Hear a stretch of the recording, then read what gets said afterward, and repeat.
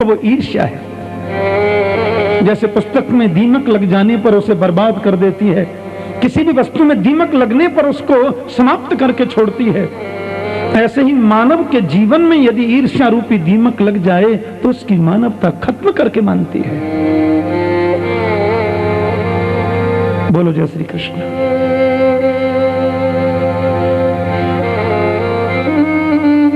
एक एक पल गिन रहा है अपनी मौत का। द्रोणाचार्य का बेटा अश्वत्थामा आया और आकर के कहा, दुर्योधन मित्र, ये दुर्गति किसने की तुम्हारी? तुम्हारे साथ में ये दुर्व्यवहार किसने किया? तुम्हारी जंघा किसने तोड़ी? दुर्योधन ने कहा, मैंने कुछ नहीं मांगा तुमसे गुरुपुत्र, लेकिन आज मांगता हूं, इन 5 पांडवों को मार दो, मैं समझूंगा मुझे सब कुछ मिल गया। ये कौन बड़ी बात है? समझो आज 5 पांडव गए और मैं प्रतिज्ञा करके कहता हूं कि आज रात्रि में मैं पांडवों को मार ही डालूंगा। आयुध लेकर के अश्वत्थामा पांडवों को मारने के लिए निकल पड़ा। पर जा राखे साइया मार सकही ना कोई, बालन बाका कर सकही जो जग बैरी हो। जिसका रक्षक मेरा गोविंद है उसका कोई बाल बांका नहीं कर सकता। मारना दूसरी बात है। आप तो जानते हैं महाभारत का युद्ध जो है वो ठंडी के दिनों में हुआ था। एकदम भीषण ठंडी जब पड़ती है तब महाभारत युद्ध हुआ। तो दिन में सब लोग युद्ध करके रात्रि को अपने कैंप में सो जाते। कपड़े के टेंट लगे उसी में, इधर कौरवों की सेना, इधर पांडवों की सेना, अलग अलग उनके कैंप बने। सांय सांय करके ठंडी हवा चल रही है। अपने कैंप में 5 पांडव सो रहे हैं। रात्रि के 12 बजे अर्जुन की नींद खुली। अर्जुन ने देखा बड़ी तेज ठंडी हवा चल रही है और नींद खुलते ही अर्जुन जैसे ही अपने कक्ष से बाहर निकले तो देखा पांडवों के उस कक्ष के द्वार पर हाथ में छड़ी लेकर द्वारिकाधीश पांडवों के दरबान बनकर के खड़े हैं, उनके रखवाली बन के खड़े। महात्मा अर्जुन ने देखा, गोविंद इतनी ठंडी हवा चल रही, भीषण अर्धरात्रि का समय, आप अभी सोए नहीं? आप हमारे कक्ष के द्वार पर क्या कर रहे हैं प्रभु? गोविंद ने कहा, तुम्हें नींद आती है? अर्जुन बोले, जीवन की बागडोर आपको सौंप दी तो हम तो सोएंगे प्रभु, हमें क्या चिंता है? प्रभु ने कहा, मुझे लगता है तुम्हें यहां नहीं सोना चाहिए। आज की रात्रि आप लोगों के हित में नहीं है। और 5 पांडवों को अपने साथ लेकर गोविंद दूसरे स्थान पर चले गए। लेकिन द्रौपदी के 5 पुत्र तो वहीं सोते रह गए। गोविंद ने पांडवों को सुरक्षित स्थान पर पहुंचा दिया। अश्वत्थामा गया और सोते हुए द्रौपदी के पुत्रों को उसने पांडव समझ लिया और 5 को मार दिया। दुर्योधन मुझसे पूछेगा, पांडव मार दिए, प्रमाण क्या है? तो प्रमाण भी तो देना है। 5 का सिर थैला में रख लिया, सिर काट के रख लिया। दुर्योधन के पास रात्रि में गया, महाराज कार्य हो गया। दुर्योधन बोले, क्या प्रमाण है? 5 मार दिए। बोले, इतनी जल्दी? हाँ, सोते हुए मार दिए। और आपको विश्वास नहीं? सिर देख लो। 5 का सिर जैसे उसने दिखाया और प्रकाश में लाकर के दुर्योधन ने देखा, अरे पागल, ये तूने क्या किया? मैंने तुझे पांडवों को मारने के लिए कहा था, तूने तो द्रौपदी के इन निरपराध बच्चों को मार दिया। ये तो महारानी द्रौपदी के पुत्र हैं, तूने मेरा वंश खत्म कर दिया। मैंने तुझे पांडवों को मारने के लिए कहा था, ये 5 बच्चे जीवित रहते तो हमारा वंश कम से कम आगे तो चलता, हमारे कुल में तो कुछ बचा ही नहीं। आखिर पांडव लोग भी तो कौरव ही हैं। पांडव तो उनको इसलिए कहा जाता है कि वो पांडु के पुत्र हैं, वास्तव में तो पांडव भी कौरव हैं, कुरुवंश में हैं, सब चाचा ताऊ के भाई हैं। तूने क्या किया अश्वत्थामा? और दुर्योधन जमीन पर गिर पड़ा। 1 मिनट में प्राण निकल के मर गया। माता शिशूनां निधनं सुतानां निशम्य घोरं परितप्यमाना। 5 बच्चे निरपराध सोते हुए बच्चों को कोई मार दे, उस माता की परिस्थिति क्या होगी, आप अनुमान लगाएं। द्रौपदी बोली, क्या बिगाड़ा था मेरे बच्चों ने, क्यों मार दिया महात्मा अश्वत्थामा ने उन्हें, गुरुपुत्र का आखिर बिगाड़ा क्या था उन्होंने। द्रौपदी खड़ी हो जाए, फिर गिर पड़े, फिर जोर जोर से विलाप करें। महारानी द्रौपदी के करुण कंदन को देखकर के अर्जुन ने अपने गांडीव को उठाया, देवी आप बिल्कुल चिंतित न हो, आपके पुत्रों को मारने वाला ये पापी अश्वत्थामा आकाश पाताल में कहीं भी होगा, अर्जुन उसे छोड़ेगा नहीं। अपना गांडीव हाथ में लेकर के अर्जुन दौड़ पड़े, रथ पर आसीन हुए, रथ को चला रहे गोविंद स्वयं। आगे अश्वत्थामा दौड़ रहा है, पीछे अर्जुन जा रहे हैं। और अश्वत्थामा ने देखा ये तो मुझे मार डालेगा, मैंने अपराध किया, 5 बच्चे मार दिए। अश्वत्थामा ने तुरंत ब्रह्मास्त्र छोड़ दिया। उसको ब्रह्मास्त्र चलाना तो आता था पर वापस करना नहीं आता था। दुर्योधन की संगति मिली है, इसलिए गुरुजी ने इसको ब्रह्मास्त्र सिखाया नहीं था। किसी ब्लड प्रेशर के मरीज को हम लोग मिसाइल हाथ में दे दें तो जब ब्लड प्रेशर हाई होगा तभी एक चला देगा। बोलो जय श्री कृष्ण। बड़ा अस्त्र उसी को दिया जाता है जो गंभीर हो, बात बात में उसको चलाने न लग जाए। पर इसने पांडवों को सीखते हुए देखते देखते सीख लिया था और वापस करना तो आता ही नहीं था। ब्रह्मास्त्र को जैसे अर्जुन ने आकाश में अपनी ओर आते हुए देखा, अमोघ अस्त्र है ये। अर्जुन बोले, केशव ये क्या किया इसने ब्रह्मास्त्र चला दिया। कृष्ण कृष्ण महाबाहो भक्तानाम अभयंकर तुम्हें दह्य मानानाम अपवर्गो से संस्कृते, हे गोविंद रक्षा करो, ये ब्रह्मास्त्र मुझे खत्म कर देगा। कृष्ण बोले, डरते नहीं अर्जुन, विषस्य विषम औषधम, कभी कभी विष की औषधि विष ही होता है। हम जंगल में कहीं जाएं और पैर में कांटा लग जाए तो दूसरे कांटे से पहले कांटे को निकालते हैं कि नहीं। यदि हमें लोहा काटना है तो लोहे से ही लोहे को काटा जाता है। किसी आदमी को विषधर काले नाग ने डस लिया और उसको आप डॉक्टर के पास लेकर के जाएं तो डॉक्टर उस विष को उतारने के लिए जो इंजेक्शन लगाते हैं वो इंजेक्शन भी विष का ही होता है। विषस्य विषम औषधम। ब्रह्मास्त्र को शांत करने का तरीका भी दूसरा ब्रह्मास्त्र है। अर्जुन, अपना ब्रह्मास्त्र चलाकर तुम इसको शांत करो, क्योंकि उसको वापस करना नहीं आता। अर्जुन ने अपना ब्रह्मास्त्र चलाया और दोनों टकरा के शांत होकर अर्जुन के पास में आ गए। दौड़ करके अर्जुन ने अश्वत्थामा के केस पकड़ लिए। बड़ी भीड़ लगी है द्रौपदी के महल के सन्मुख। महारानी द्रौपदी, आपके 5 बच्चों को मारने वाला ये पापी अश्वत्थामा, मृत्युदंड तो इसको मिलेगा, लेकिन तुम बताओ इसको कौन सा दंड दें। मरना तो इसका सुनिश्चित है, पर मैं तुमसे पूछना चाहता हूं, इसको जिंदा काट करके मारे या अग्नि में जला के मारे या शेर का नाश्ता बना के मारे या जिंदा जमीन में गाड़ करके मारे या पानी में डुबो करके मारे। तुम बताओ इसको कैसे मारे। हजारों नर नारी खड़े, बोले शर्म नहीं आती। द्रोणाचार्य महापुरुष जैसे व्यक्ति का पुत्र होकर के इतना निकृष्ट कर्म क्या बिगाड़ा था उन अबोध बच्चों ने, और निरपराध वीर पराक्रमी बच्चों ने क्या बिगाड़ा था तेरा। अर्जुन ने कहा मैं इसको मृत्युदंड दूंगा, लेकिन तुम बताओ कैसे मारो। महारानी द्रौपदी ने देखा ये ब्राह्मण का बालक थरथर कांप रहा है। द्रौपदी के हृदय में करुणा आ गई। मेरे गोविंद ने जिसको सखी कह करके पुकारा हो, मेरे कन्हैया के साथ में जिसका सखी का संबंध हो, उसके मन में किसी के प्रति ईर्ष्या कैसे हो सकती है। महारानी द्रौपदी के हृदय में करुणा आ गई और बोली इसको छोड़ दीजिए, मत मारो।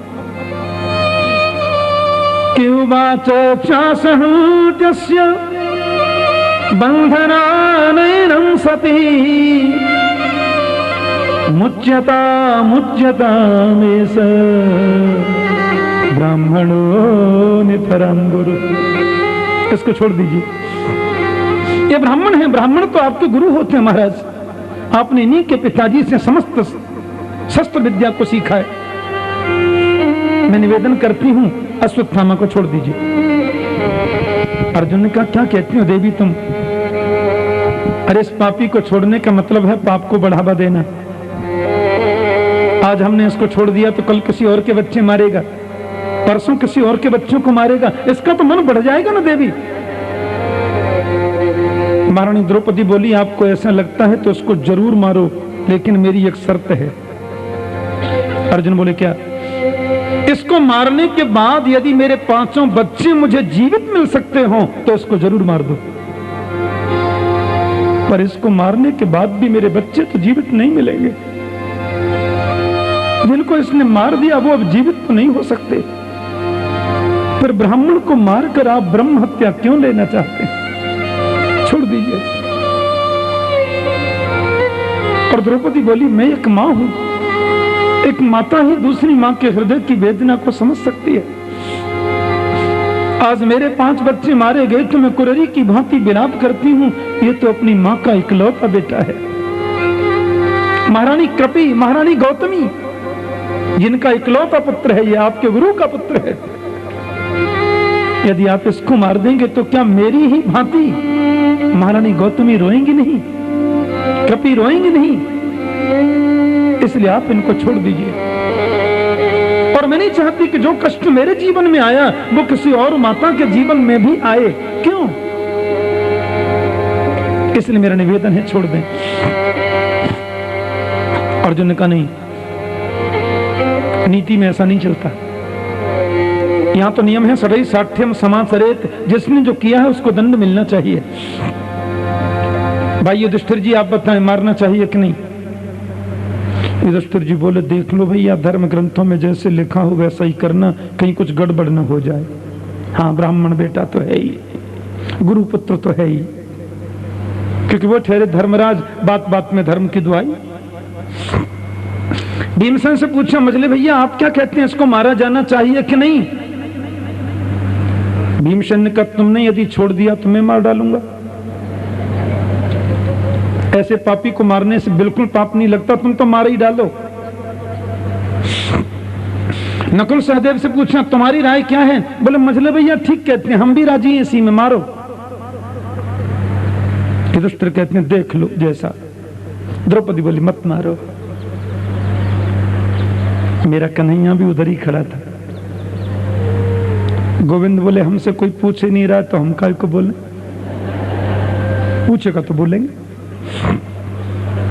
अर्जुन ने कहा मैं तो बड़े धर्म संकट में पड़ गया प्रभु, अब ये क्या बोलते हैं ये लोग, इसको मारा जाना चाहिए कि नहीं, आपकी राय क्या है? कन्हैया बोले हम तो शास्त्र की राय देंगे, अपनी राय तो हम देते ही नहीं, शास्त्र का प्रमाण ही सबसे बड़ी राय। अर्जुन बोले तो वही बताइए कहीं मुझसे अधर्म न हो जाए। तो मेरे गोविंद ने कितनी सुंदर बात कही कि ब्रह्म बंधुर्न हंतव्य आतताई बधारण मयैवो भयमान्नातं परिपाह्य अनुशासनम। गोविंद कहते हैं शास्त्र का नियम है, अभिमत है कि ब्राह्मण कैसा भी क्यों न हो उसको मृत्यु दंड नहीं देना चाहिए। ब्राह्मण कैसा भी क्यों न हो उसको मृत्यु दंड नहीं देना चाहिए। और शास्त्र यह भी कहता है कि बाल हत्यारा कोई भी क्यों न हो उसको छोड़ना भी नहीं चाहिए। ये बाल हत्यारा है इसलिए इसको जरूर मारो, ये ब्राह्मण है इसलिए इसको बिल्कुल मत मारो। युधिष्ठिर जो कहते हैं वो जरूर करो, द्रौपदी जो कहते हैं वो जरूर करो, तुम जो चाहते हो वो निश्चित करो, और पांचाल्या मह्यमेव च, मैं जो कहता हूं वो भी करो। मारो भी मत और छोड़ो भी मत, मारो भी और छोड़ो भी। पूरी सभा में सन्नाटा छा गया, लेकिन भीमसेन कभी कभी कृष्ण से विनोद कर देते हैं। हंस करके बोले, बहुत सुंदर, क्या जजमेंट दिया है। आप जैसे न्यायाधीश 2-4 पैदा हो जाएं। कन्हैया बोले, भीम दादा कभी दिमागी कसरत भी कर लिया करो। मेरे मुख से जिसने गीता को सुन लिया, मैं नहीं समझता कि अर्जुन को इससे ज्यादा कुछ भी बताना जरूरी है। वो समझ गया, मेरा शिष्य है और देखो वो निर्णय लेगा। अर्जुन ने सोचा, मारना भी नहीं है, छोड़ना भी नहीं है, मारना भी और छोड़ना भी है। लेकिन गोविंद का शिष्य है। एक सेकंड सोचा नहीं अर्जुन ने। बड़ी सभा में अश्वत्थामा की आधी दाढ़ी मुड़ दी, आधी मूछ मुड़ दी, आधे सिर के बाल मुड़ दिए और मणिम जहार मूर्धन्य, उसके मस्तिष्क से जो ब्रह्म तेज की मणि थी उसको निकालकर धक्के देकर सभा से निकाल दिया। ऐसे ही ब्रह्म बंधु नाम बधो नान्योस्ति दैहिक। समाज में जिसकी प्रतिष्ठा है या समाज के लोग जिसको आदर की नजर से देखते हैं, उस व्यक्ति का भरी सभा में सामाजिक बहिष्कार कर देना किसी मृत्युदंड से 21 है, 19 नहीं है। बोलो जय श्री कृष्ण। मार भी दिया और मारा भी नहीं। अरे मरने पर तो एक ही बार मरता, पर इस अपमान से तो वो जीवन भर मरता रहेगा, पल पल में मरेगा। उत्तमा मानमिच्छन्ति धर्मानं च मध्यमा। लेकिन अश्वत्थामा के मन में यह भाव तो आना ही चाहिए था, काम तो मैंने मरने का किया था, पर अर्जुन ने मुझे मारा नहीं, केवल जरा सा अपमानित करके छोड़ दिया। उसके मन में तो ईर्ष्या आ गई। बड़ी सभा मुझे अपमानित किया, पांडवों के वंश को निर्वंश नहीं किया तो मैं भी अश्वत्थामा नहीं। पांडवों के वंश में कोई पानी देने वाला छोड़ूंगा नहीं, कोई तर्पण करने वाला, श्राद्ध करने वाला भी होगा नहीं। मेरा अपमान किया है। सत्संग की कमी से ऐसे विचार आते हैं। इसको कुत्सित मानसिक वृत्ति बोलते हैं। अश्वत्थामा सोचता है, पांडवों का वंश खत्म हो तो गया। एक बेटा अभिमन्यु युद्ध में मारा गया, 5 और पुत्र थे, वो खल मैंने मार दिए। अब पांडवों के वंश में है ही कौन जिसको मारा जाए? पांडव खत्म तो वंश भी खत्म। फिर कहता नहीं, मैंने सुना था कि अभिमन्यु की जब मृत्यु हुई थी तो उसकी पत्नी गर्भवती थी, और अभिमन्यु की वो गर्भवती विधवा पत्नी का आज वो बालक 9 महीना पूर्ण कर रहा है, 9 मास पूर्ण कर रहा है, और वही बालक पांडवों के वंश को आगे बढ़ाएगा। यदि उसको गर्भ में ही नष्ट कर दिया जाए तो पांडवों का वंश खत्म हो गया, ऐसा माना जाएगा।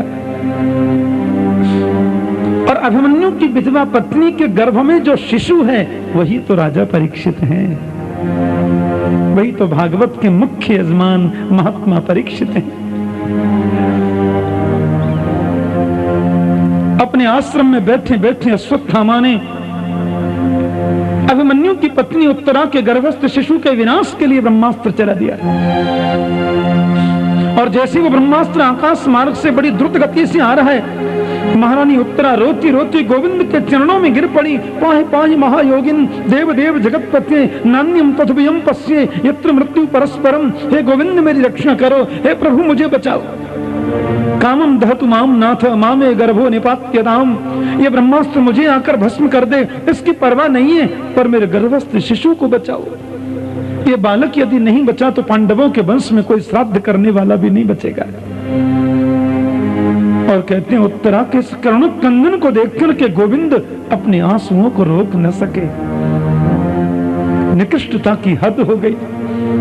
इस गर्भ के बच्चे ने क्या बिगाड़ा था अश्वत्थामा का? लेकिन गोविंद का बेटी तुम्हें बिल्कुल डरने की जरूरत नहीं है। श्री कृष्ण उत्तरा के खास मामा ससुर लगते हैं, उत्तरा के पति के खास मामा। गोविंद का मैं हूं ना, मैं रक्षा करूंगा बेटी, तुम्हें डरना नहीं है। ब्रह्मास्त्र कितनी तीव्र गति से आता है आप विचार करें। वो गर्भ के बच्चे को विनाश करना चाहता है। मेरे गोविंद उत्तरा के सामने खड़े हैं और सूक्ष्म रूप लेकर के प्रभु उत्तरा के गर्भ में प्रकट हो गए, गर्भ में ही प्रकट हो गए गोविंद। और श्रीमद दीर्घ चतुर्बाहुम, 4 भुजाएं धारण की मेरे प्रभु ने, एक रूप से बाहर खड़े और एक रूप से अंदर पधारे और अपनी दिव्य गदा को सुदर्शन चक्र की भांति बच्चे की चारों तरफ प्रभु ने घुमाया और उस बालक की प्राण रक्षा कर दी। मंत्र में ब्रह्मास्त्र वापस चला गया। एक रूप से बाहर खड़े हैं, बोले बेटी अब तुम्हें कुछ ठीक लग रहा है? बोले जी मैं स्वस्थ महसूस करती हूँ, मुझे लग रहा है कि मेरा गर्भस्थ शिशु भी सुरक्षित है। और एक रूप से अंदर भगवान सुरक्षा कर रहे हैं, गर्भ में प्रकट होकर के प्रभु ने बचाया। सूत जी बोले आपको इसमें कुछ आश्चर्य लगा? ऋषि बोले आश्चर्य तो है, भगवान ने गर्भ में प्रवेश करके बच्चे को बचाया, ये कितना बड़ा आश्चर्य है। सूत जी बोले इसमें बिल्कुल आश्चर्य नहीं है। श्री कृष्ण ने उत्तरा के गर्भ में प्रवेश करके बच्चे की प्राण रक्षा कर दी। ऋषियों ये आश्चर्य नहीं है, आश्चर्य तो ये है कि गर्भ में रहने वाला वो बालक कितना बड़ा भाग्यवान है जिसने दुनिया में जन्म बाद में लिया, गोविंद का दर्शन पहले कर लिया। आश्चर्य तो ये है। और ब्रह्मा की सृष्टि में ऐसा दूसरा उदाहरण आपको नहीं मिलेगा। ब्रह्मा की सृष्टि में दूसरा कोई भी पुरुष ऐसा हुआ जिसने जन्म बाद में लिया और गोविंद का दर्शन पहले कर लिया। ये तो केवल यही भाग्यवान राजर्षि परीक्षित है, इसलिए तो इसका नाम परीक्षित है। परितः इच्छतीति परीक्षित। बस यही सोचता रहा बालक जिसने मुझे गर्भ में बचाया वो मुझे अब कब मिलेगा। एक बात कहूं, जैसे जीव की कोई भी चालाकी भगवान के सामने नहीं चलती, वैसे भगवान की कोई भी चालाकी भक्तों के सामने नहीं चलती। ये पक्की बात है। माता कुंती को सब दिखाई दे रहा है। कुंती ने देखा मेरी पौत्र वधू के गर्भ में प्रवेश करके कृष्ण ने मेरे प्रपौत्र की रक्षा कर ली, मेरे प्रपौत्र को बचाया, कितना बड़ा भाग्य है मेरा। और माता कुंती ने कृष्ण की बहुत सुंदर स्तुति गाई।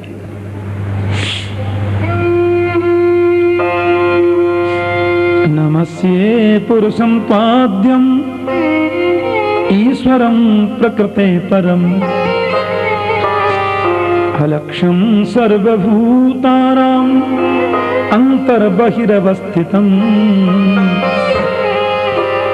हे पुराण पुरुषोत्तम, मैं आपके चरणों में प्रणाम करती हूँ। हे जगत नियंता जगदीश्वर, मैं आपको वंदन करती हूँ। हे प्राण वल्लभ गोविंद, मैं आपके चरणों को बार बार नमन करती हूँ। आप ईश्वर हैं, प्रकृति से परे हैं, जगदीश्वर हैं। आप वही भगवान मत्स्य हैं जिन्होंने वेद की सुरक्षा की। आप वही परमात्मा बराह हैं जिन्होंने सृष्टि की स्थापना में सहयोग किया। आप वही मेरे नृसिंह देव हैं जो प्रहलाद की आकांक्षा के लिए प्रकट हो गए थे खम्भ से। ये जीव जो है ना गोविंद, इसके सामने माया का पर्दा पड़ा है। माया जवनिका छन्नम, इस पर्दे की वजह से मैं तुमको समझ नहीं पाता, तुम्हें देख नहीं पाता। यथा परमहंसानाम मुनीनाम अमलात्मनाम, बड़े बड़े परमहंस, बड़े बड़े अमलात्मा मुनि समाधि के माध्यम से तुम्हें जानने का प्रयास करते हैं लेकिन समझ नहीं पाते। कथम पश्येमहि स्त्रियः, मैं क्या समझ सकती हूं, मैं आपको कैसे जान सकती हूं। मुझे मालूम है केशव, माता यशोदा का मान वर्धन किया तुमने, मिट्टी खाई और मैया ने कान पकड़ के कहा चौरे मैंने माटी खाई। जिसके जरा से इशारे पर काल भी भयभीत होता है वो यशोदा के सामने कांप रहा था। कितना सम्मान दिया तुमने माता यशोदा को। मैं आपको वंदन करती हूं गोविंद। मैं प्रणाम करती हूं तुम्हें। कन्हैया बोले बुआ, ए बुआ जी क्या कह रही हैं आप? भगवान, परमात्मा, ईश्वर मैं तो आपका भतीजा हूं, और वो भी सबसे छोटा। आपके भाई वसुदेव जी की सबसे छोटी संतान हूं मैं, आपका छोटा भतीजा। भगवान कह रही हैं आप? युधिष्ठिर जी की ओर देख करके गोविंद बोले, देखा आपने दादाजी, मेरी भुआ मुझे भगवान कहती है। भीम दादा, भुआ जी ने मुझे भगवान कहा अभी। तो भुआ जी मैं कहता हूं कि हाँ मैं भगवान हूं, और जब आपने भगवान कहा ही है तो लोग तो भगवान से कुछ मांगते हैं। मांगो क्या चाहिए, और निसंकोच भाव से कहना जो चाहिए सो मैं दूंगा। बुआ ने भगवान कहा मुझे, और क्योंकि पांडवों में सबसे श्रेष्ठ तो महात्मा युधिष्ठिर हैं, इसलिए युधिष्ठिर जी पहले मांगे। पूरी सभा भरी हुई है। महात्मा युधिष्ठिर ने कहा, क्या मांगू केशव? केवल एक ही वर दे दो कि जीवन में कितनी भी विपत्तियां आए मैं तुम्हें कभी भूलूं नहीं, तुम्हारा स्मरण मुझे बना रहे, और मार्ग में कितने भी कंटक आए मैं सत्य के मार्ग से कभी विचलित न हूं, हमेशा उस पर चलता रहूं। भीमसेन से बोले, आप भी कुछ मांगो। भीम दादा ने कहा, क्या मांगू केशव? लोग मेरे को भोजन भट्ट बोलते, लोग बोलते हैं घर में भोजन बनता है तो आधे में भीमसेन, आधे में पूरा खानदान। बस यही आशीर्वाद दे दो कि खाते पीते सोते हंसते नाचते गाते तुम्हें कभी विस्मृत न करूं, हर समय मेरा गोपाल मेरे सन्मुख रहे। अर्जुन से बोले, तुम भी कुछ कहो। अर्जुन बोले, मेरी तो एक ही प्रसिद्ध मांग है कि शिष्यस्ते हम साधिमाम त्वाम प्रपन्नम, मैं तो आपका शिष्य हूं, आप मेरे गुरुदेव हैं। पितासि लोकस्य चराचरस्य तमस्य पूज्यश्च गुरोर गरीयान, ये भाव मेरे दिल से कभी निकले नहीं। अर्जुन के बगल में नकुल सहदेव खड़े थे। प्रभु ने कहा, तुम भी कुछ कहो। बोले, आपके चरणों की सेवा मिलती रहे, हम तो छोटे हैं, आपके लाडले हैं, और आपका ये लाड दुलार हमें जीवन भर मिलता रहे प्रभु, और हमें क्या चाहिए। द्रौपदी से पूछा, तुम भी कुछ कहो देवी। द्रौपदी बोली, मेरे तो सखा हो, बस ये भाव मेरे दिल से कभी निकले नहीं। गोविंद मेरा सखा और मैं उनकी सखी। लेकिन क्रांति तो तब आई जब अर्जुन की पत्नी कृष्ण की लाडली बहन सुभद्रा के मांगने की बारी आई। प्रभु ने कहा, सुभद्रा तुम भी कुछ कहो। सुभद्रा बोली, क्या मांगूं प्रभु? गोविंद बोले, कुछ भी मांग लो, स्वर्ग वैकुंठ इंद्र पद ब्रह्म पद, जो मांगोगी सो देंगे। मेरी बहन है सुभद्रा। सुभद्रा बोली, जो मांगूंगी सो दे पाओगे? अर्जुन बोले, तू कहकर तो देख। तो लाओ 3 वचन भर दो, जो मांगूंगी सो दोगे। माता कुंती ने सोचा कहीं संसार की कोई वस्तु न मांग ले। द्रौपदी बोली, खास बहने पता नहीं क्या मांगेगी। प्रभु ने कहा, जो मांगेगी सो देंगे देंगे देंगे। सुभद्रा ने अपनी साड़ी के पल्लू को फहरा दिया, और मालूम है क्या मांगा? कृष्ण त्वदीय पद पंकज पंजरान्ते अद्यैव मे विशतु मानस राजहंस प्राण प्रयाण समये कफवात पित्तै कंठावरोधन विधौ स्मरणं कुरुस्ते। सुभद्रा ने कहा, सिर्फ एक ही वर दे दो प्रभु कि मेरा मनरूपी हंस आपके चरणों में आज ही फंस जाए, मेरा मन आपके चरणों का सेवक बन जाए, और मुझे कुछ चाहिए नहीं। चलते फिरते उठते हर समय तुम्हारे चरणों का स्मरण बना रहे। गोविंद ने दौड़कर सुभद्रा से कहा, पगली क्या मांगती है? मेरे चरणों की प्रीति तो लोग तब मांगते जब हाथ से माला गिरने लग जाती है। मेरे चरणों की भक्ति तो लोग तब मांगते जब आंखों से दिखना बंद हो जाता है। तो युवावस्था में मुझे चरणों की प्रीति मांगती है मुझसे। बोली प्राण प्रयाण समय कब बात बितई। क्योंकि बचपन से यदि तुम्हारे चरणों में प्रीति नहीं होगी, जब प्राणों के प्रयाण का समय आता है, प्राणों के निकलने का समय आता है, तो कंठे घुरघुरायते। कब मात पिता सब आकर कंठ को घेर लेते हैं। कंठावरोधन विधौ स्मरणम कुतस्ते। फिर तुम्हारा स्मरण नहीं हो पाता। मेरा बहुत बड़ा सद्भाग्य है कि मैं गोविंद की बहन हूं, और फिर भी मैं इस वरदान से वंचित रहूं, ये तो मैं नहीं चाहती। प्रभु ने आगे बढ़ के सुभद्रा को गले से लगाया और प्रेम के आंसुओं से सुभद्रा के सिर को भिगोते हुए अर्जुन की ओर देख करके बोले, मेरी बहन है। मेरी बहन होकर संसार की वस्तुओं को प्राथमिकता कैसे दे सकती है? पांचों पांडवों ने, महारानी द्रौपदी, सुभद्रा ने, किसी ने पदार्थ नहीं मांगा, किसी ने कोई वस्तु नहीं मांगी। मांगा तो केवल गोविंद को मांगा। पर विशेष क्रांति तो तब हुई जब माता कुंती से प्रभु ने कहा, तुम भी कुछ कहो न भुआ, तुम कुछ क्यों नहीं मांगती? कुंती बोली, मांगते तो वो हैं केशव जिनके पास कुछ होता नहीं है, मैं क्या मांगू? प्रभु ने कहा, कुछ भी मांगो भुआ, भगवान बनाया है तो मांगना है। माता कुंती ने तो एकदम गजब ढा दिया, और वो मांगा जो दुनिया में कोई मांगता ही नहीं।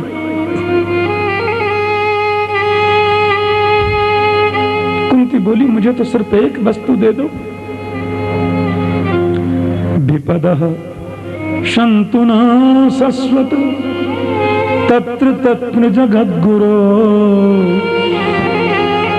भवतो दर्शनम यत्स्या अपुनर्भव दर्शनम। गोविंद, मुझे तो सिर्फ एक बार दे दो कि मेरे जीवन में विपत्ति पर विपत्ति आती रहे। एक दुख दूर नहीं हो तब तक दूसरा दुख आ जाए, और दूसरा दूर नहीं हो दुख तीसरा आ जाए। इसके अलावा मुझे कुछ नहीं चाहिए, केवल दुख मुझे प्रदान करो। कन्हैया बोले, भुआ क्या मांगती हो तुम? दुख मांग रही हो? अरे दुख भी कोई मांगने की चीज है भुआ। एक बात बताओ, ये दुख भोगते भोगते तेरा पेट नहीं भरता? कृष्ण बोले, जीवन में तुमने एक दिन भी कभी सुख पाया? तुम्हें सुख मिला कब है भुआ? तुम्हारे ऊपर तो विपत्तियों के पहाड़ टूटते रहे। आप जरा कुंती के जीवन पर नजर डालकर देखें। कुंती का वास्तविक नाम है प्रथा,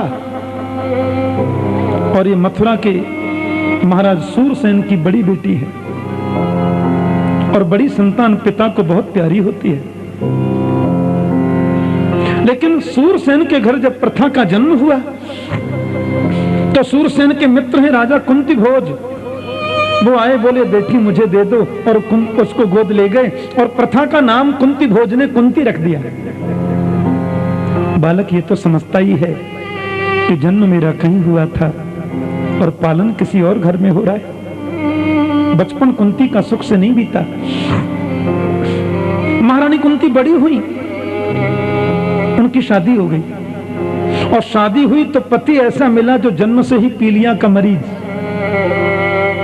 महारानी कुंती के पति महाराज पांडु जन्म से पीलिया के मरीज। उनकी दो पत्नी, बड़ी है कुंती, छोटी है माद्री।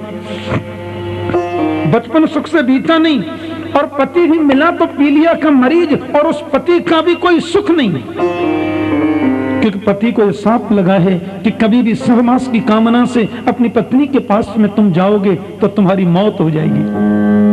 तो उस पति का भी कोई सुख नहीं है। महाराज पांडु से गलती हो गई थी ना, हिरण और हिरणी के रूप में ऋषि को उन्होंने मार दिया था बाण से, इसलिए उनको शाप लग गया। ये तो भला हो संत दुर्वासा का। बचपन में माता कुंती को जो मंत्र देख करके गए और मंत्रों की शक्ति से महारानी कुंती के 3 पुत्र हुए, धर्मराज युधिष्ठिर, पवन पुत्र भीम, साक्षात देवराज इंद्र अर्जुन। ये मंत्र शक्ति से ही तीनों।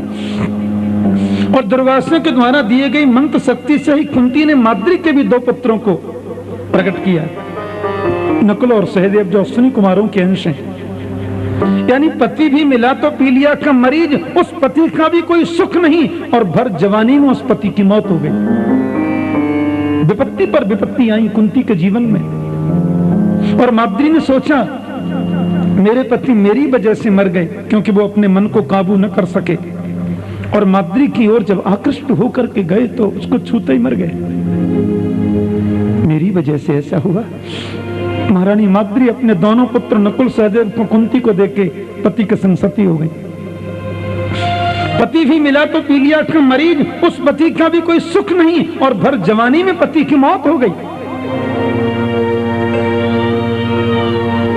एक भारतीय विधवा नारी ऐसी विषम परिस्थिति में अपने 5 पुत्रों की सुरक्षा कैसे कर सकती है, जिसके 5 पुत्रों को मारने के लिए गांधारी के 100 पुत्र 24 घंटे तैयारी में रहते हैं। कभी पांडवों को जहर देके मारना चाहते, कभी उनको पानी में डुबोकर मारना चाहते, कभी पेड़ पर ऊपर चढ़ा के नीचे से हिला के घेर के मारना चाहते, कभी भरी सभा में उनकी पत्नी का अपमान करते, निर्वस्त्र करके उसको अपमानित करना चाहते, कभी लाक्षा भवन में जलाकर के भस्म करना चाहते। 12 वर्ष का वनवास, 1 वर्ष का अज्ञातवास। लेकिन भुआ, तेरे पुत्रों ने धर्म को नहीं छोड़ा। तेरी शिक्षा उनके काम आई। और धर्मो रक्षति रक्षितः, धर्म की रक्षा का यदि संकल्प तुम लोगे तो धर्म तुम्हारी रक्षा करेगा। आज परिणाम यह हुआ कि तेरे पुत्र महात्मा युधिष्ठिर भारत के सम्राट बने, वे भारत के राजा बन गए। और भुआ, तुम राजमाता हुई, जीवन में तुमने कभी सुख नहीं पाया, दुख ही दुख पाया। और आज राज्य गद्दी मिली, भरी सभा में तूने मुझे भगवान कहा और मैंने तुम्हें मांगने के लिए कहा, तो आज झोली पसार के तूने फिर दुख मांग लिया। आज फिर दुख मांगती बुआ, कि दुख भोगते भोगते पेट नहीं भरता तेरा। माता कुंती ने क्या जवाब दिया? विपदो नैव विपदः, संपदो नैव संपदः, विपद विस्मरणं विष्णु, संपत् नारायण स्मृति। वास्तव में तो विपत्ति विपत्ति नहीं है, संपत्ति संपत्ति भी नहीं है। भगवान को भूल जाना ही सबसे बड़ी विपत्ति है। कहा हनुमंत विपत्ति प्रभु सोई, जब तब सुमिरन भजन न होई। हनुमान जी कहते हैं प्रभु यही सबसे बड़ी विपत्ति है कि जीव आपको भूल जाए।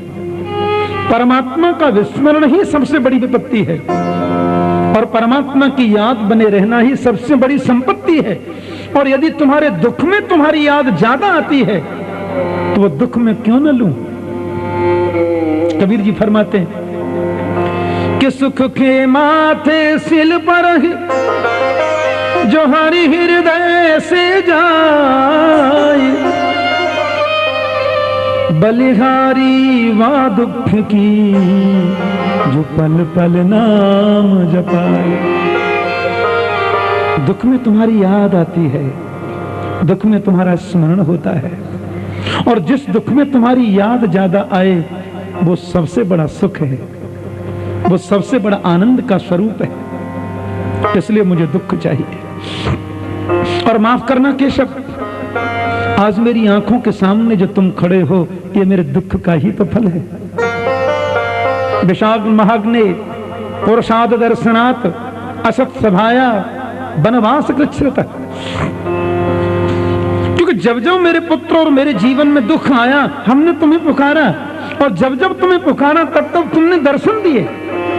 मैं कितनी बार बताऊं। अभी अभी आपने मेरी पौत्र वधू के गर्भ में प्रवेश करके मेरे प्रपौत्र को बचाया, मेरे वंश के बीज को बचा लिया। नहीं आज पांडवों का वंश खत्म हो गया होता। जिस दुख से मेरा गोपाल मिले, बांके बिहारी जी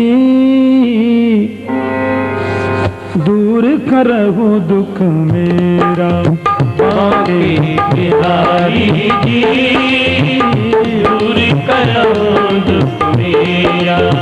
बांके बिहारी जी दूर करहु दुख मेरा। बांके बिहारी जी भाव है दूर करहु दुख मेरा। अवध बिहारी जी दूर करहु दुख मेरा। अवध बिहारी जी दूर करहु दुख मेरा। बांके बिहारी जी दूर करहु दुख मेरा। बांके बिहारी जी दूर करहु दुख मेरा। सुना है जो तेरे दर पे आवे, सुना है जो तेरे दर पे आवे। सुना है जो तेरे दर पे आवे, सुना है जो तेरे दर पे आवे। उसके सब दुखड़े मिट जावे। उसके सब दुखड़े मिट जावे। शरण तुम्हारी जी दूर करहु दुख मेरा। शरण तुम्हारी जी दूर करहु दुख मेरा। बांके बिहारी जी दूर करहु दुख मेरा। बांके बिहारी जी दूर करहु दुख मेरा। सुंदर भाव।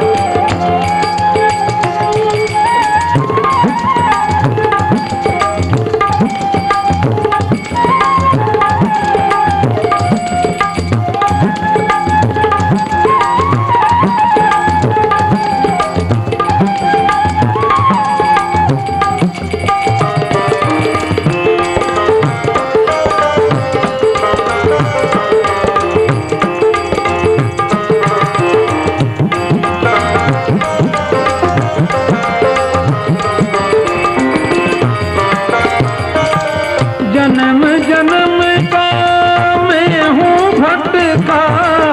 जन्म जन्म का मैं हूँ भटका।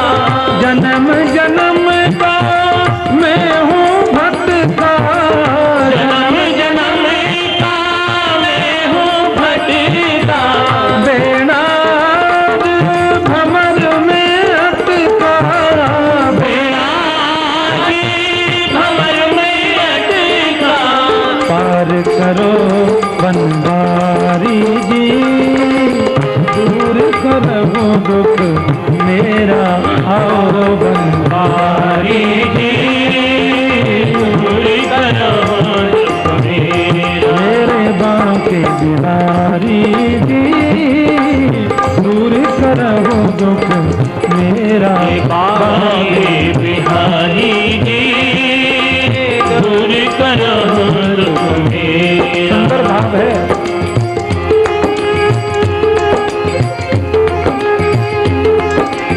जन्म जन्मांतर से भटक रहे हैं। पुनरपि जननम पुनरपि मरणम पुनरपि जननी जठरे शयनम। आप कृपा करें और आप तो पतित पावन हैं। सुंदर भाव है।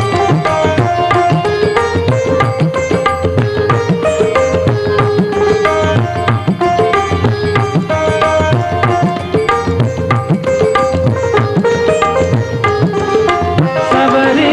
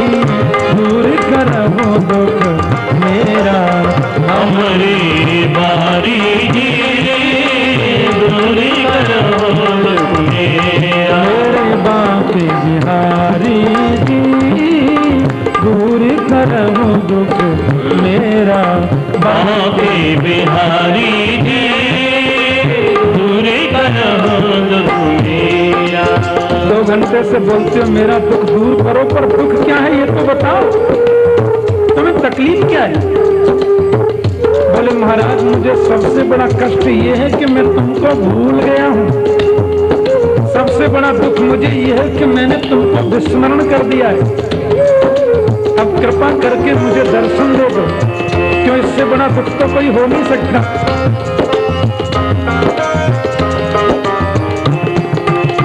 देहांत काले तुम सामने हो, देहांत काले तुम सामने हो, बंसी बजाते मन को लुभाते, बंसी बजाते मन को लुभाते, यही गीत गाते मैं तन नाथ त्यागूं, यही गीत गाते मैं तन नाथ त्यागूं।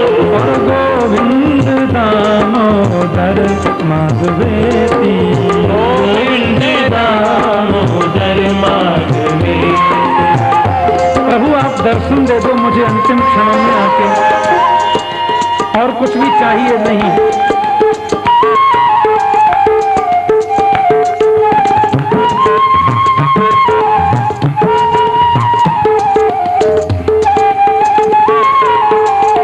बोले कौन सी झांकी पसंद है उसी में आ जाएं।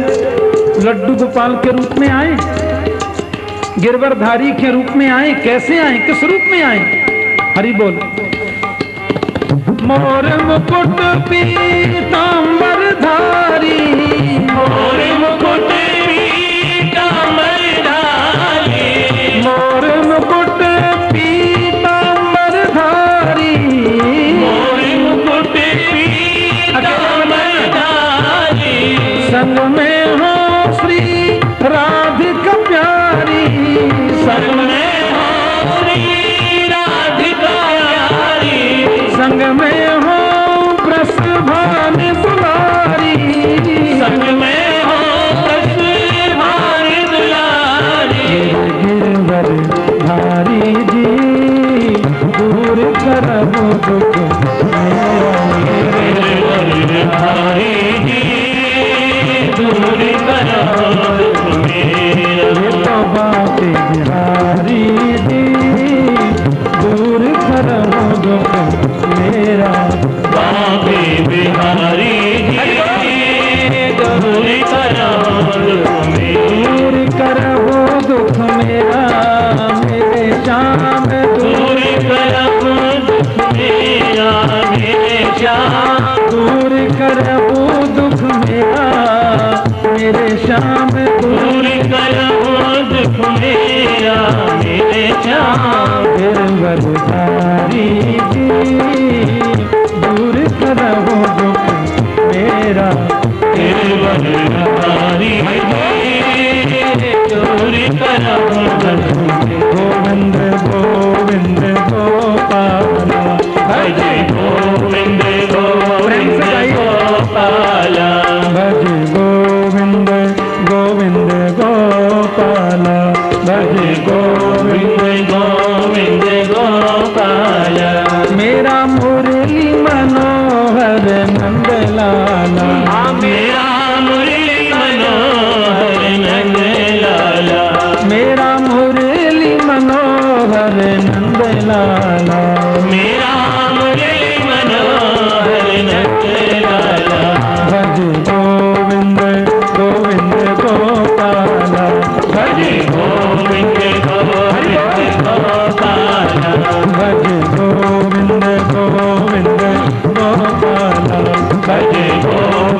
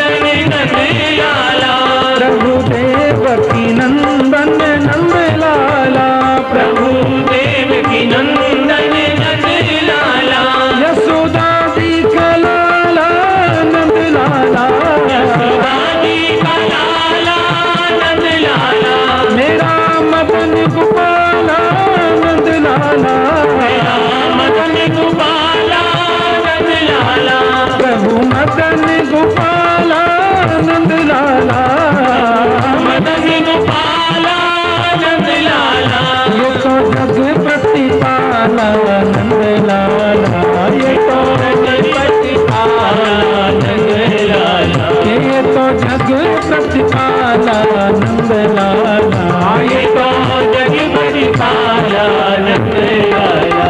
भजे गोविंद गोविंद गोपाला, हरे गोविंद गोविंद गोपाला, भजे गोविंद गोविंद गोपाला, हरे गोविंद गोविंद गोपाला, मेरा मुरली मनोहर नंद लाला, मेरा मुरली मनोहर नंद लाला, मेरा मुरली मनोहर नंद लाला, मेरा मुरली मनोहर नंद लाला, मेरा मुरली मनोहर नंद लाला, मेरा मुरली मनोहर नंद लाला।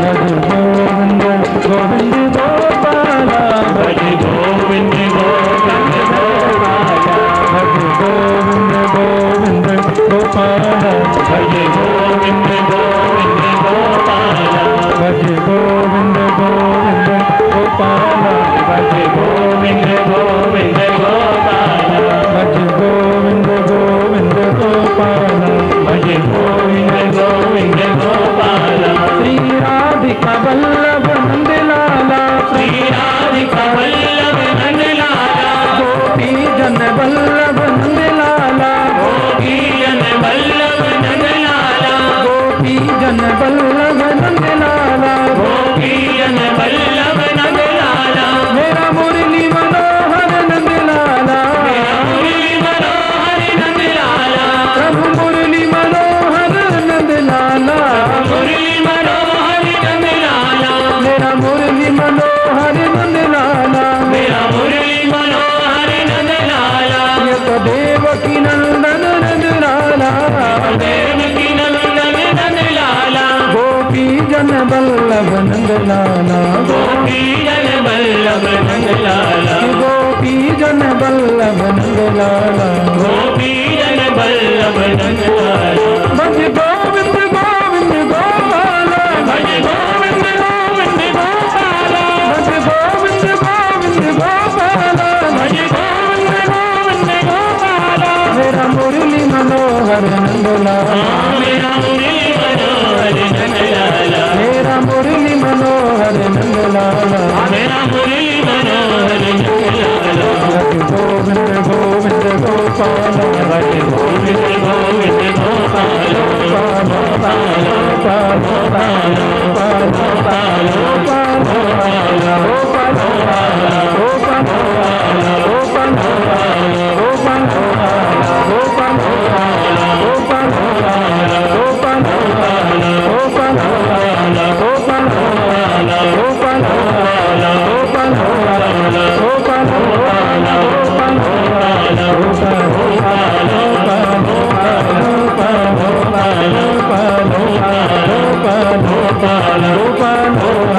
गोपाला, गोपाला, यही दुख है जीवन का कि जीव तुम्हें विस्मरण कर देता है और तुम्हारी याद बनी रहे, यही सबसे बड़ा सुख है जीवन का। विपदो नैव विपद, संपदो नैव संपद, विपद विस्मरणम विष्णु, संपत नारायण स्मृति। भगवान की स्मृति बनी रहे, यही तो सुख है। और यदि वो स्मृति, यदि तुम्हारी याद दुख में आती है तो वो दुख ही मुझे चाहिए। मां कुंती ने कहा। कृष्ण बोले भुआ जी ये दुख तो मैं तुम्हें अब नहीं दे सकता। बोले काम तो कर सकते हो। बोले क्या? बोले स्नेह पास मिमाम छिंदी, ये जो ममता की डोर बंध गई है उसको तोड़ दो। बोले वो डोर ममता की नहीं है, प्रेम की है। भागवत में लिखा है प्रेम सबसे करो, ममता किसी से नहीं, क्योंकि ममता तुम्हें बांधेगी और प्रेम मुक्ति का मार्ग खोलेगा। इसलिए प्रेम सर्वोच्च है। ममता नहीं। पर आज रात्रि में श्री कृष्ण ने जब युधिष्ठिर जी के कक्ष में प्रकाश देखा, गोविंद युधिष्ठिर जी को बहुत आदर देते हैं। उनके कक्ष में प्रवेश किया तो देखा युधिष्ठिर जी तो रो रहे हैं। क्यों रोते हैं आप भाई जी? युधिष्ठिर जी बोले, मेरी वजह से इतना बड़ा संहार हुआ, मेरी वजह से इतना बड़ा महाभारत हुआ, कितनी स्त्रियां माता बहनें विधवा हो गईं, कितने बच्चे अनाथ हो गए, ये जो भूमि है वो वीरों के रक्त से रंजित हो गई, मेरी वजह से ऐसा हुआ है। मैं यदि नहीं चाहता तो ऐसा बिल्कुल नहीं होता, मैंने ऐसा क्यों किया? भगवान ने युधिष्ठिर जी को समझाया कि कोई न कहू सुख दुख करिदाता, निज कृत कर्म भोग सुन भ्राता। लक्ष्मण जी कहते हैं निषाद राजगुह से, संसार में कोई किसी को दुख नहीं देता और कोई किसी को सुख भी नहीं देता है। हमारा कर्म ही हमें दुख देता है, कर्म ही सुख प्रदान करता है। क्यों आप अपने आप को दोषी मानते हैं? कर्म योग की बहुत बड़ी महिमा मेरे गोविंद ने बताई, पर युधिष्ठिर जी की समझ में आया ही नहीं।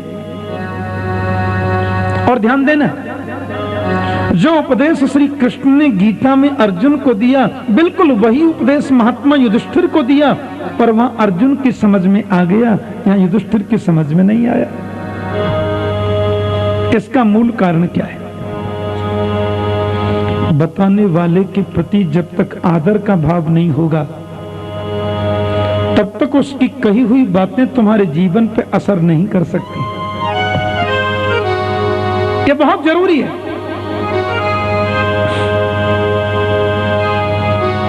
क्योंकि अर्जुन तो गीता सुनते समय बोलते हैं, शिष्यस्तेहम साधिमाम ताम प्रपन्नम। अर्जुन की दृष्टि में श्री कृष्ण गुरु हैं। तमस्य पूज्यस्य गुरोर गरीयान। लेकिन युधिष्ठिर की आंखों पर तो वात्सल्य का चश्मा लगा है। युधिष्ठिर की आंखों पर वात्सल्य का चश्मा है। वो जब भी कृष्ण को देखते हैं तो उन्हें लगता है हमारे मामा जी का छोटा बेटा, हमारा नन्हा सा कन्हैया। तो फिर भेजे में वो ज्ञान जाए कैसे? बताने वाले के प्रति आदर का भाव बहुत जरूरी है।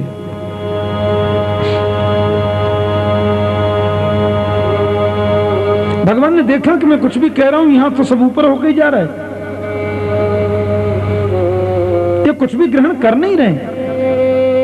लेकिन जो उपदेश मैं दे रहा हूं युधिष्ठिर जी को, यदि यही भीष्म पितामह के द्वारा इनको दिलाया जाए तो समझ में जल्दी आएगा।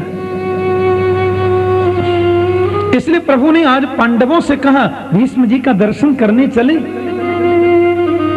52 दिन से बाणों की सैया पर पड़े हैं। क्या सुंदर जीवन है भीष्म का, क्या अद्भुत चरित्र है भीष्म का। दृढ़ प्रतिज्ञ महापुरुष। और भीष्म जी को आप साधारण पुरुष न समझे, ये 12 भागवतों में इनका नाम है। 12 प्रकार के भागवत जो भागवत में वर्णन है, उसमें भीष्म पितामह का नाम आता है। स्वयंभूर नारद शंभु कुमार कपिलो मनु प्रहलादो जनको भीष्मो बलिर्बैया सकिर बयम। भीष्म का नाम है। 5 पांडव, माता कुंती, महारानी द्रौपदी, छोटी रानी सुभद्रा और स्वयं द्वारकेश कृष्ण भीष्म के दर्शन के लिए आ रहे हैं। आप दर्शन करें, जिनके रोम रोम में बाण छिदे हुए और एक एक बूंद करके शरीर का संपूर्ण रक्त निकल चुका है। केवल अस्थि पंजर जिनका खड़ा है बाणों पर। भीष्म जी की ओर चल करके देखा तो वहां बड़े बड़े ऋषि भीष्म के चारों तरफ खड़े। महामना धौम्य, वशिष्ठ, औरव, कण्व, दुर्वासा, अंगिरा, बड़े बड़े महात्मा भीष्म के पास आए हैं, लेकिन भीष्म ने पांडवों के बीच में गोविंद को अपनी ओर आते हुए देखा। इस महापुरुष के नेत्रों से आंसू निकल पड़े। मेरी मृत्यु को मंगलमय बनाने के लिए गोविंद का पदार्पण हो रहा है। मेरी मृत्यु को सुंदर बनाने के लिए आज प्रभु आ रहे हैं मेरे पास। कन्हैया ने जाकर के सबसे पहले भीष्म के चरणों में सिर रखकर प्रणाम किया। पितामह, मैं प्रणाम करता हूं। युधिष्ठिर, भीमसेन, अर्जुन, नकुल, सहदेव सबने प्रणाम किया। भीम बोले, कोई दूसरों को आदर देना तो तुमसे सीखे, दूसरों को सम्मान देना तो कोई तुमसे सीखे प्रभु। पितामह, पांडव आए हैं, महारानी द्रौपदी आई हैं और कुंती माता आई हैं। आजकल पांडव भारत के सम्राट हैं महाराज। आपके जीवन का लंबा अनुभव, आपके जीवन का परम अनुभव, मैं चाहता था अपने श्रीमुख से आप पांडवों का मार्गदर्शन करें, इनको उपदेश करें, अपने आशीर्वाद से इनको अलंकृत करें, इनके जीवन रूपी बगिया को सिंचित करें अपने अनुभव रूपी आशीर्वाद से। भीष्म ने कहा, गोपाल, तुम्हारे सामने कोई क्या उपदेश करेगा, फिर भी तुम्हारे आदेश का पालन करना तो मैं नैतिक कर्तव्य मानता हूं। पांडव लोग हाथ जोड़े खड़े हैं, बड़े बड़े ऋषि लोग आशीर्वाद की मुद्रा में हैं, और बाणों की सैया पर पड़े पड़े भीष्म ने पांडवों को उपदेश दिया